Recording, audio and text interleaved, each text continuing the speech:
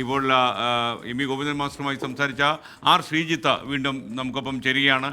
ശ്രീജിത്ത്, എനിക്ക് തോന്നുന്നത് ശ്രീ ജി സുധാകരൻ പറഞ്ഞത് താങ്കൾ കേട്ട് കാണുമല്ലോ. അപ്പോൾ ജി സുധാകരന് വേണ്ടി താങ്കൾ ചോദിച്ച ചോദ്യവും അദ്ദേഹത്തെ നമുക്ക് ഉത്തരം കേൾപ്പിച്ചു കൊടുക്കാൻ പറ്റി. പറയൂ.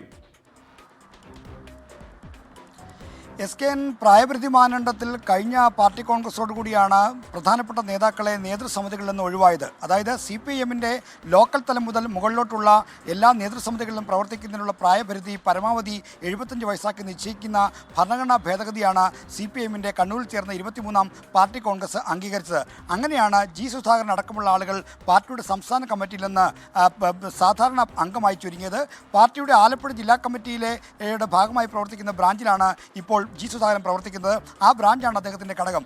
എന്നാൽ ജി സുധാകരനെ പോലെയൊക്കെയുള്ള അനുഭവ സമ്പത്തുള്ള നേതാക്കൾ, ഇനിയും സജീവമായി പ്രവർത്തിക്കാൻ കഴിയുന്ന നേതാക്കളെ പാർട്ടിയുടെ നേതൃസമിതിയിൽ നിന്ന് ഒഴിവാക്കിയത് ശരിയാണോ എന്ന ചോദ്യം അദ്ദേഹത്തെപ്പോലുള്ള നേതാക്കന്മാർ തന്നെ പലവിധ വിമർശനങ്ങളിലൂടെ ഈ സമൂഹത്തോട്, പാർട്ടിയുടെ പ്രവർത്തകരോടൊക്കെ തന്നെ ചോദിക്കുന്നുണ്ട്.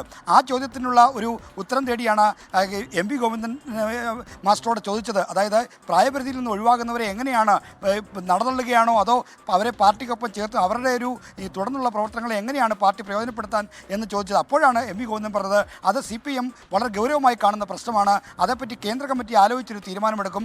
ഇങ്ങനെ നേതൃസമിതികളിൽ നിന്ന് ഒഴിവാകുന്നവരെ, സജീവമായി പ്രവർത്തിക്കാൻ കഴിയുന്നവരെ ഒരിക്കലും പുറത്തേക്ക് വിടുകയല്ല, മറിച്ച് അവരുടെ സേവനം പ്രയോജനപ്പെടുത്താൻ കഴിയുന്ന വിധത്തിലുള്ള തീരുമാനം സെൻട്രൽ കമ്മിറ്റി ചർച്ച ചെയ്തുണ്ടാകും. അക്കാര്യത്തിൽ അനുകൂലമായ തീരുമാനം ഉണ്ടാകും എന്നാണ് എം വി ഗോവിന്ദൻ നമുക്ക് നൽകിയ അഭിമുഖത്തിൽ വ്യക്തമാക്കിയിരിക്കുന്നത്. അത് ജി സുധാകരൻ അടക്കമുള്ള ആളുകൾക്ക് ബാധകമായി വരും എന്നാണ് പറയുന്നത്.